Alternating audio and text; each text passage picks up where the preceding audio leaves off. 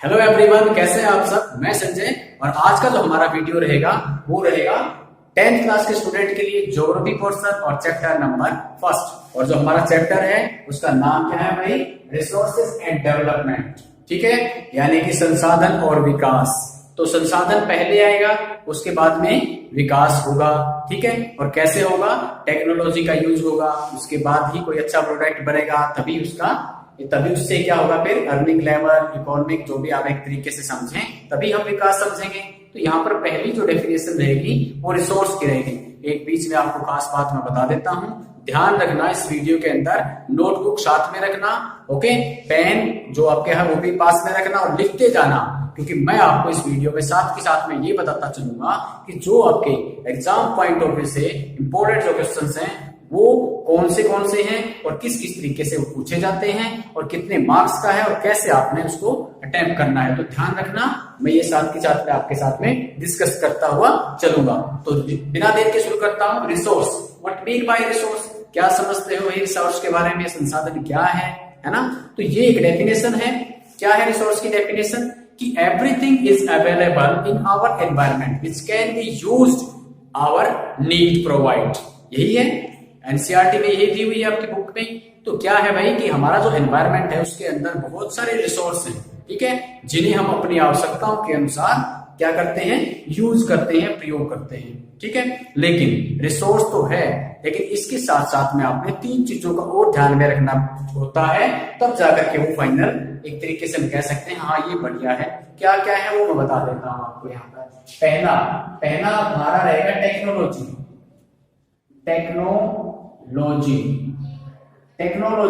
ठीक है, technological accessibility, ये मैंने पूरा नहीं लिखा है, मैं आपको बता रहा हूं। टेक्नोलॉजिकल एसेसिबिलिटी, ठीक है, ये क्या है भाई, कि रिसोर्स कोई है, आपने ढूंढ लिया, लेकिन आपके पास में टेक्निक नहीं है, तो वो रिसोर्स आपका किसी काम का नहीं है। ठीक है, तो क्या है भाई, जरूरी टेक्नोलॉजी जरूरी है। कार ले ली, खरीद ली, चलाने नहीं आती, तो रिसोर्स आपके किसी काम का नहीं है, क्योंकि आपको टेक्निक नहीं पता चलाने की। ठीक है, यही है। इसके बाद दूसरा जो हमारा रहेगा वो रहेगा भाई इकोनॉमिकली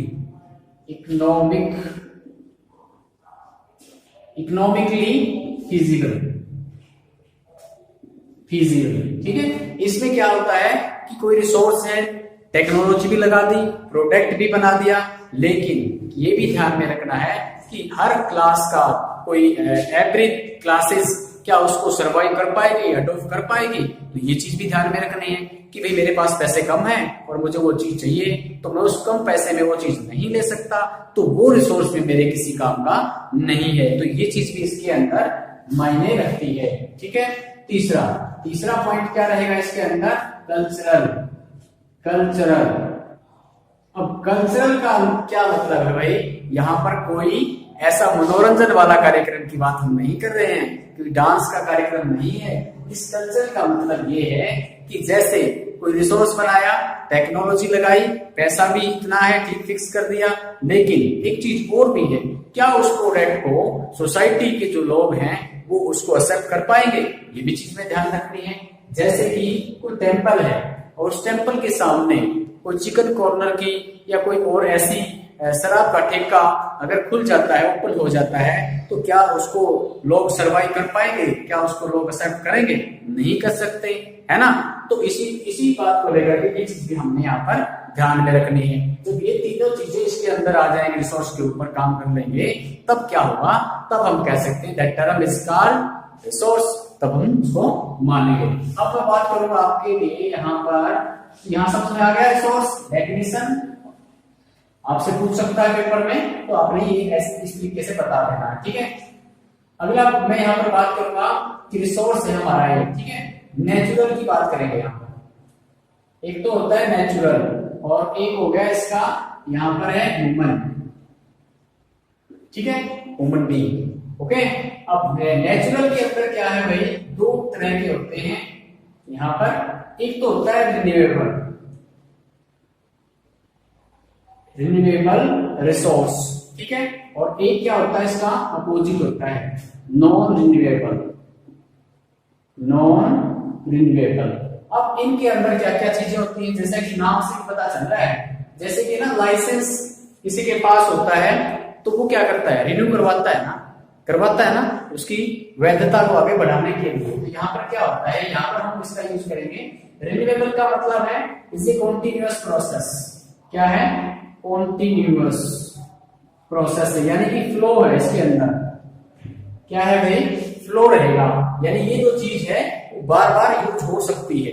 ठीक है, जैसे फॉर एग्जाम्पल अगर हम आप इसका देखें तो क्या रहेगा, इजी लिख देता हूं एग्जाम्पल। तो इसमें क्या रहेगा, एग्जाम्पल में आप लिख सकते हो विंड लिख सकते हो, वाटर लिख सकते हो, और सोलर एनर्जी भी आप, सोलर लाइट जैसे हो सकता है, सोलर एनर्जी हम यहाँ पर लिख सकते हैं। तो विंड का क्या मतलब है, हवा कभी ऐसा नहीं है कि हवा नहीं चलेगी, हवा चलेगी, हो सकता है कम हो जाए, हो सकता है तेज हो जाए, हो सकता है हवा गर्म हो सकता है हवा ठंडी भी हो, लेकिन हवा चलती जरूर है। वाटर का भी यही है, वाटर साइकिल के बारे में हम जानते हैं। या फिर हम जैसे देखें कि वाटर है भाई, आइस बनाई हमने, फ्रिज के अंदर रख दिया, आइस बन गई, बाहर निकालेंगे टेम्परेचर ऐसा हुआ तो क्या होगा, वापस हो जाएगा। लेकिन वो मेरे कहने का मतलब यही है, यहाँ पर सोलर लाइट की बात कर रहे हैं। जैसे सोलर लाइट में क्या होता है भाई, सन हर रोज निकलता है ना, तो सन लाइट भी रोज आती है।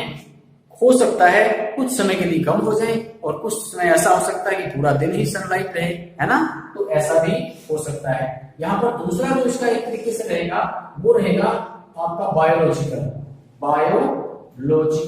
ठीक है, बायोलॉजी वाले स्टूडेंट थोड़ा सा इंटरेस्ट ज्यादा रखते हैं, तो यहाँ पर बता देता हूँ आपको। बायोलॉजिकल के बारे में हम बात करेंगे, यहाँ पर पहला तो रखेंगे वेजिटेशन को, ठीक है, वेजिटेशन। और दूसरा क्या रहेगा आपका, दूसरा रहेगा आपका हमारा रहेगा वाइल्ड लाइफ के अंदर क्या रहेगा भाई, इसके अंदर लाइफ स्टॉक आएगा, या हम कह सकते हैं दोनों को मिलाकर इसमें फॉरेस्ट मान सकते हैं आप लोग। फॉरेस्ट है या कोई और दूसरी ग्रासलैंड भी हो सकती है। ठीक है, जैसे सवाना हो गया, है ना, पंपास, तेरी जो हमने पहले पढ़े थे। ठीक है, ग्रीन हाउस हो गया। यहाँ पर क्या है, वेजिटेशन की जो बात की गई है, जिसकी फॉरेस्ट है, आप कहेंगे सर फॉरेस्ट किसी एरिया के अंदर है, हम उसको कट कर देंगे, है ना, या इस एरिया के अंदर फॉरेस्ट है तो हम उसको कट कर देंगे, तो ये कैसे रिन्यूएबल रिसोर्स, आप ये समझते होंगे। लेकिन मैं आपको ये बता देता हूँ कि ये बात सही है कि ये कट गए तो वहां पर एक तरीके से खत्म हो जाएगा जंगल, है ना। लेकिन बाद में आफ्टर 20 या 25 या 30 इयर्स आप लोग वहां पर देखोगे तो ऑटोमेटिकली वहां पर नेचुरली जो एक तरीके से वेजिटेशन होगी वो ग्रो हो जाएगी। ठीक है, वो भले ही झाड़ियां हो सकती हैं या और दूसरे जो कंटीले पत्तों वाले कोई ऐसे पेड़ हो सकते हैं। ठीक है, वो अलग चीज है। वाइल्ड लाइफ में क्या आएगा भाई, वाइल्ड लाइफ के अंदर आपका लाइफ स्टॉक, पशुपालन जो भी है वो रहता है। अब नॉन रिन्यूएबल रिसोर्स की बात करेंगे, यहाँ पर समझ में आ गया, नॉन रिन्यूएबल। अब नॉन रिन्यूएबल में क्या होता है भाई, ये बार बार यूज नहीं किए जा सकते, एक बार यूज करने के बाद इसका बार बार दोबारा से इसका यूज नहीं होगा। ठीक है, तो इसके अंदर भी दो चीजें हैं, पहला है रिसाइकलेबल। ठीक है, रिसाइकलेबल के अंदर क्या क्या आएगा भाई, इसको हम बार बार चेंज कर सकते हैं फॉर्म इसकी। ठीक है, जैसे कि कोई भी मेटल हो सकता है, कोई भी मेटल हो सकता है, उसको हम उसकी शेप चेंज कर सकते हैं, है ना। लेकिन दूसरा क्या है इसका, नॉन रिसाइकलेबल। ठीक है, साइक्लेबल। ठीक है, इसमें क्या आएगा कि ये बार बार आप इसको चेंज नहीं कर सकते, यानी कि ये खत्म होने वाली बात है भाई। तो इसके अंदर क्या आएगा, एग्जांपल के तौर पर अगर आप देखें तो फॉसिल फ्यूल्स लिख देता है यहाँ पर। क्या है, फॉसिल फ्यूल्स मतलब तेल जो होते हैं, या कह सकते हैं पेट्रो पदार्थ, वो क्या है, नॉन रिसाइकलेबल के अंदर आएंगे, यानी कि वो बदले नहीं जा सकते। ठीक है, इसके बाद जैसे कि इसके अंदर एक खास बात होती है, पहली, दूसरी, तीसरी, चौथी लेयर, पांचवी, और इस तरीके से बहुत सारी लेयर हो सकती है। ठीक है, यहाँ पर एक खास बात और दिख रही है कि जब आप पहली लेयर का ऑयल निकाल रहे हैं, दूसरी लेयर का निकाल रहे हैं, तो क्या होगा, वो क्वालिटी भी अच्छी होगी और आपका जो कॉस्ट है वो भी कम रहेगी। ठीक है, लेकिन जैसे जैसे आप डाउन जाते जाएंगे, यानी इस लेयर में आप नीचे गहराई पे जाते जाएंगे, तो वो पुराना भी होगा, और क्या होगा, आपका क्वालिटी अच्छी नहीं होगी, और दूसरा क्या होगा, वहां पर अपनी कॉस्ट भी ज्यादा लग जाएगी। ठीक है, तो यहां से ये आपको समझ में आ गया होगा। बहुत सारी बातें मैंने इंपोर्टेंट बताई है। यहाँ पर आपको ह्यूमन के बारे में और बता देता हूँ, इसके अंदर क्या क्या चीजें आएंगी कि ये क्या काम करते हैं। पहली बात तो ये स्ट्रक्चर का रूप देंगे, स्ट्रक्चर। ठीक है, स्ट्रक्चर का काम करेंगे। एंड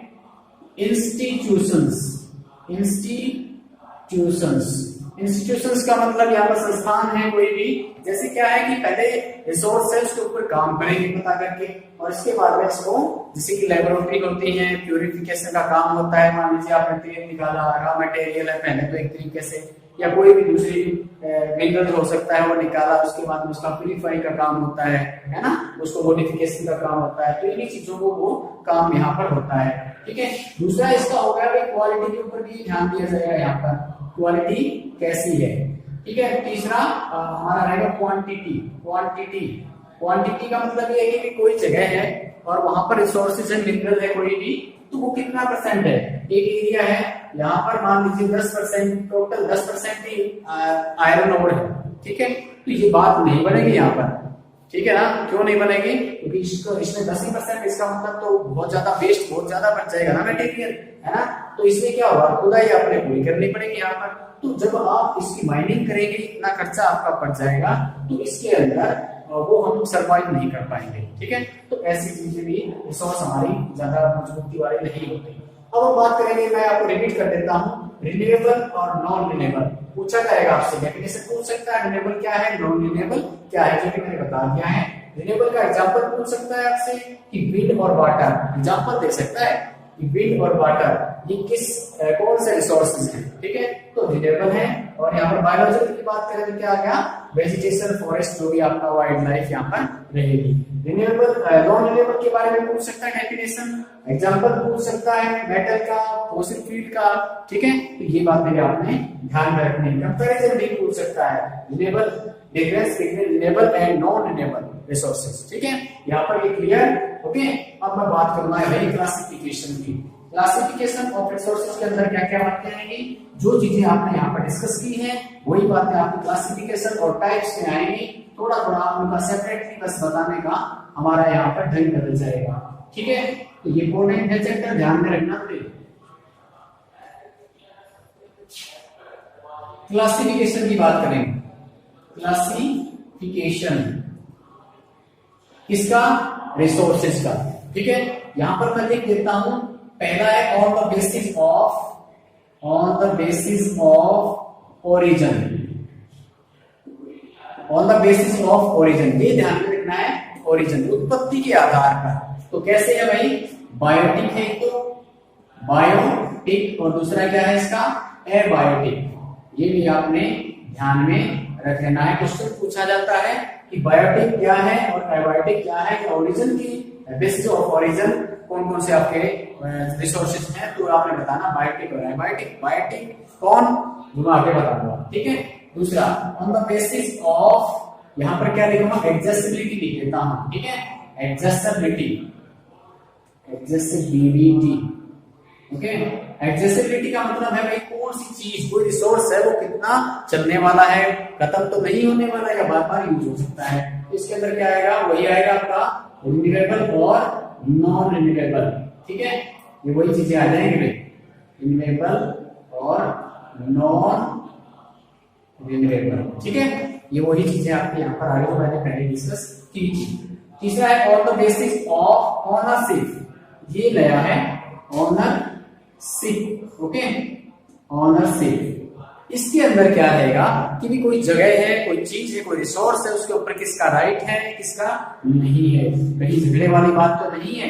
तो यहाँ पर हम बात करेंगे, जैसे कि पहला हो सकता है कोई भी चीज रिसोर्स हो सकता है, वो इंडिविजुअल भी हो सकता है, इंडिविजुअल भी हो सकता है। दूसरा कोई रिसोर्स है वो आपका कम्युनिटी लेवल का भी हो सकता है। किसका है भाई, कम्युनिटी लेवल का हो सकता है, ग्रुप ऑफ पीपल, है ना, कहीं पे गांव में या सिटी में कहीं पर भी आप लोग इसको मान सकते हैं। तीसरा क्या है, ये आपका नेशनल भी हो सकता है, नेशनल। ठीक है, और चौथा क्या है भाई, इंटरनेशनल भी इंटरफेयर हो सकता है, इंटरनेशनल। ये चार चीजें आपने इसके अंदर ध्यान में रखनी है। आगे चल करके सेपरेटली इनका हम डिस्क्रिप्शन यानी हम डिस्कस इसके बारे में करेंगे। ठीक है, ध्यान में आ गया। पॉलिसी क्या है, इंडिविजुअल भी हो सकता है और आपका क्या हो सकता है, कम्युनिटी भी हो सकता है, नेशनल भी हो सकता है और इंटरनेशनल भी हो सकता है।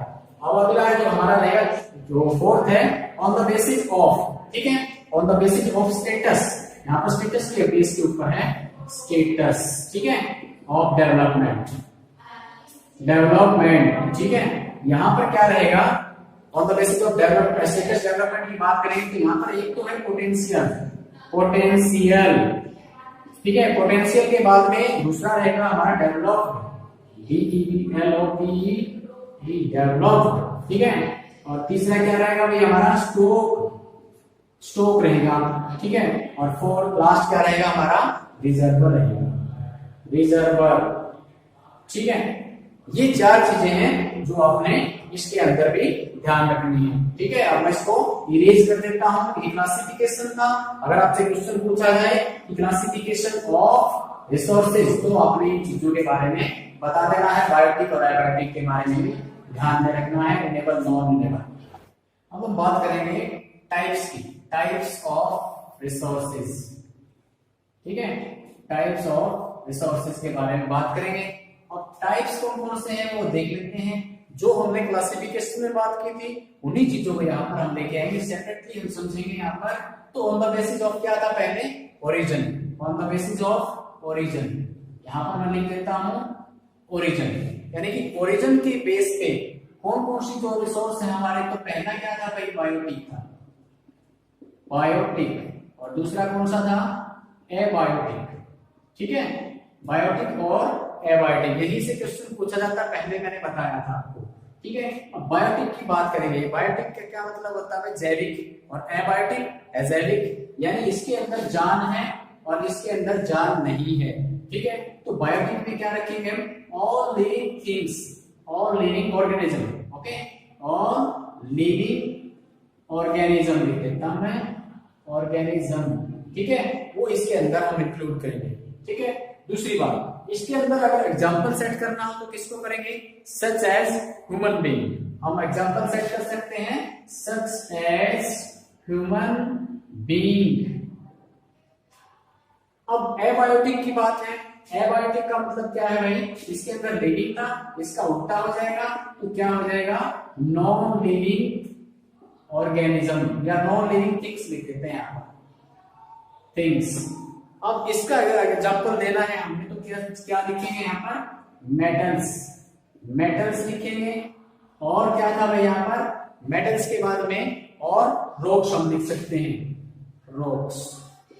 यानी कि ये जो चीज है धातु है, शेप हम बदल सकते हैं, लेकिन क्या है इनके अंदर जान नहीं है, इसलिए ये एबायोटिक मानी गई है।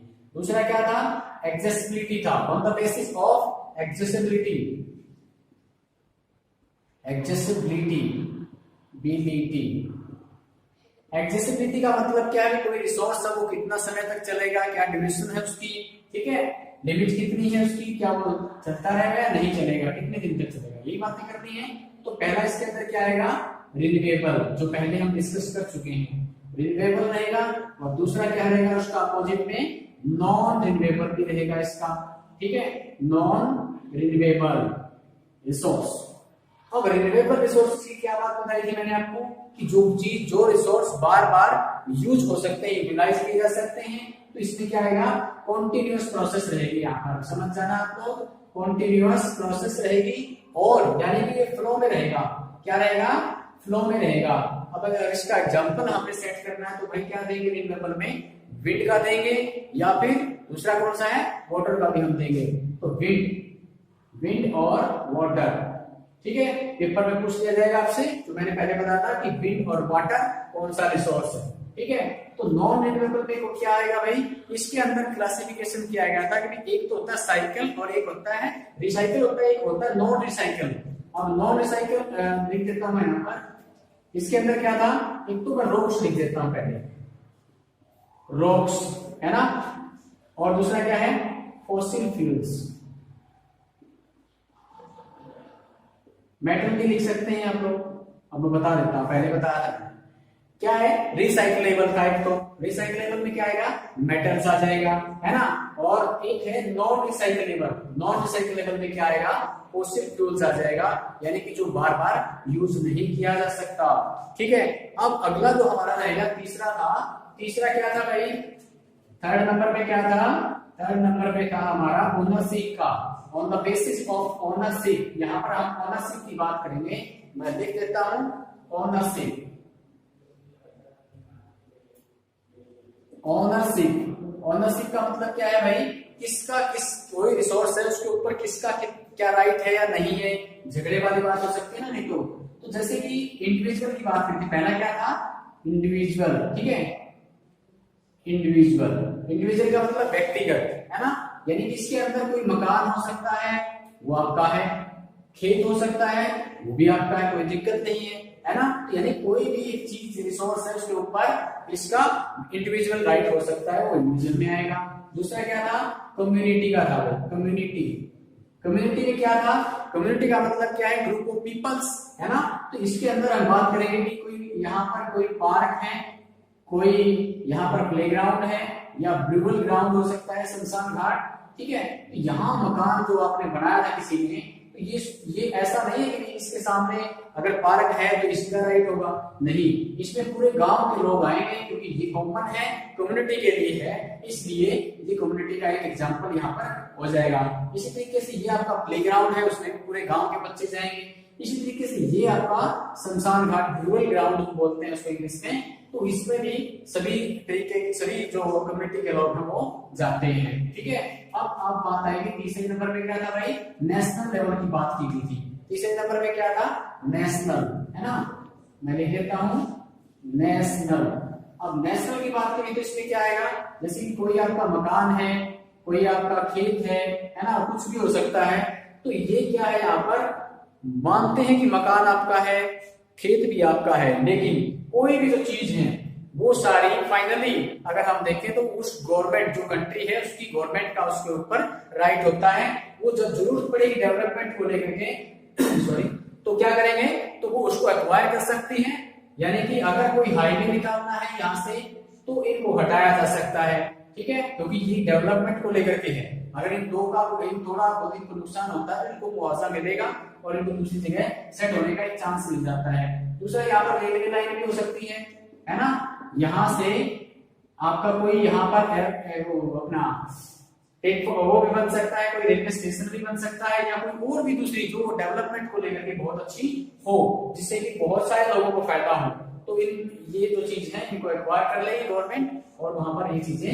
निकाल देगी। कोई कैनाल भी निकाली जा सकती है जिससे बहुत सारे फार्मर को फायदा होगा, इनको भी फायदा होगा, ठीक है, तो ये भी हो सकता है। नेशनल में एक चीज और है कि ये जो आपका इंडिया है नीचे वाला, इसके अंदर हम देखें तो यहाँ पर हमारा इंडिया है, यहाँ पर तीनों ओर से पानी है, तीनों ओर से पानी से घिरा हुआ है आपका जो साउथ का है, तो इसमें हम देखेंगे इस कोस्ट से लेकर के तीनों साइड में हम मान के चलते हैं 12 नॉटिकल, मैं लिख देता हूं यहाँ पर 12 नॉटिकल, ठीक है, इतने डिस्टेंस तक क्या रहेगा, इस कंट्री का इंटरफेयर रहेगा, ये यहाँ पर कोई भी रिसोर्स निकाल सकता है, इंप्लीमेंट वो कर सकता है। कितना बताया, 12 नॉटिकल, ठीक है।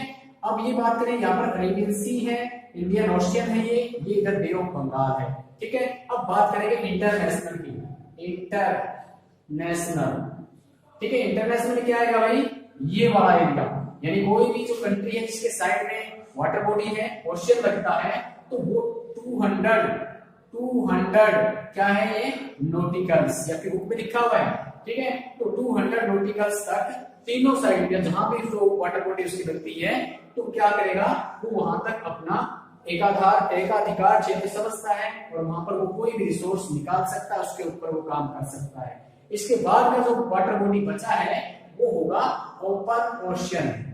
ओपन ओशियन का मतलब क्या है, इसके अंदर कोई भी देश एंटरफेयर नहीं कर सकता, कम से कम ये तो नहीं कर सकता, क्योंकि इसका पूरा एरिया जो था वो इसके अंदर में पहले ही आ चुका है। इसके लिए अगर कुछ करना भी होता है तो वो क्या करेंगे, फिर वो यूएन की जो एजेंसी होती है उनसे उनको परमिशन लेनी पड़ती है, इसके बाद ही संभव हो पाता है, ठीक है। अगला जो हमारा लास्ट जो हमारा पॉइंट बचा है वो था on the basis of status, है ना, on the basis of status development. इसके अंदर क्या था, पहला जो पॉइंट था वो था पोटेंशियल का, पोटेंशियल है ना। पोटेंशियल का मतलब क्षमता है, उसके अंदर चीज है सारी, लेकिन हमने उसको यूज नहीं किया है। जैसे कि गुजरात और वेस्टर्न राजस्थान, ठीक है, राजस्थान ये वाला जो पार्ट है यहाँ पर काफी एरिया है जो ऐसा है ओपन है एक तरीके से, वहां पर पॉपुलेशन ज्यादा नहीं है, ठीक है। विंड भी है यहाँ पर अच्छी, और एक तरीके से विंड रिसोर्स भी अच्छा है। सोलर जो एक तरीके से एनर्जी है वो भी यहाँ पर यूज की जा सकती है, जिसका यूज करके क्या किया जा सकता है भाई, इलेक्ट्रिसिटी चार्ज की जा सकती है, बनाई जा सकती है, और फिर पूरे कंट्री को सप्लाई की जा सकती है, जिसके जरिए पूरे कंट्री में डेवलपमेंट आएगी। लेकिन अभी हमारे देश में पूरे तरीके से रिसोर्स मौजूद हैं, इलेक्ट्रिसिटी की ज्यादा प्रॉब्लम नहीं है, इसलिए हमने इसको अभी छेड़ा ही नहीं है। यानी ये पोटेंशियल है लेकिन हमने इसको यूज नहीं किया है। दूसरा क्या था, डेवलप था, डेवलप, ठीक है। डेवलप के अंदर क्या था भाई कि कोई एक जगह है जहां पर रिसोर्सेज हैं, टेक्नोलॉजी भी हमने लगाई है, उसको हमने यूज करना शुरू कर दिया है। तीसरा क्या था हमारा, स्टॉक का मतलब भंडारण होता है एक तरीके से, कोई रिसोर्सेज है, टेक्नोलॉजी यहाँ पर हमें नहीं लगाई, हमने इसको क्या कर रखा है भाई, स्टॉक में रखा हुआ है। और इसी तरीके से अगला था, लास्ट था हमारा रिजर्वर का मतलब जैसे कि हमने बात की थी कि बाइक लेकर के चल रहे हैं तो उसमें एक लिमिट आने के बाद में ऑयल जो खत्म होने से पहले रिजर्व मांगता है, तो वहां पर रिजर्वर, यहाँ पर भी ऐसा ही है कि बहुत सारी रिवर है जहां हम क्या कर सकते हैं, इलेक्ट्रिसिटी जो जनरेट कर सकते हैं, लेकिन बहुत सारी रिवर ऐसी है जिनके ऊपर इलेक्ट्रिसिटी जनरेट हमने करना शुरू नहीं किया है। हालांकि कुछ है रिवर जिनके टरबाइन चला करके लाइट बनाई जा रही है, सप्लाई की जा रही है, लेकिन फिर भी बहुत सारी रिवर ऐसी हैं जिनके ऊपर ऐसा अभी कोई भी कार्य शुरू नहीं किया गया है। आज के वीडियो में इतना ही, अगले वीडियो में मिलेंगे हम लैंड रिसोर्स के बारे में, उसके बाद फिर हम पढ़ेंगे सस्टेनेबल डेवलपमेंट और रियो डी जेनेरियो, और नेक्स्ट टॉपिक होगा हमारा, लास्ट हम कह सकते हैं तो सोयल रिसोर्सेज के बारे में होगा। तो दोनों ही आगे का जो वीडियो बनेगा इंपॉर्टेंट रहेगा। उम्मीद करता हूँ ये वीडियो आपको बहुत पसंद आया होगा। लाइक, शेयर और सब्सक्राइब करना मत भूलिए। Thank you, wish you all the best.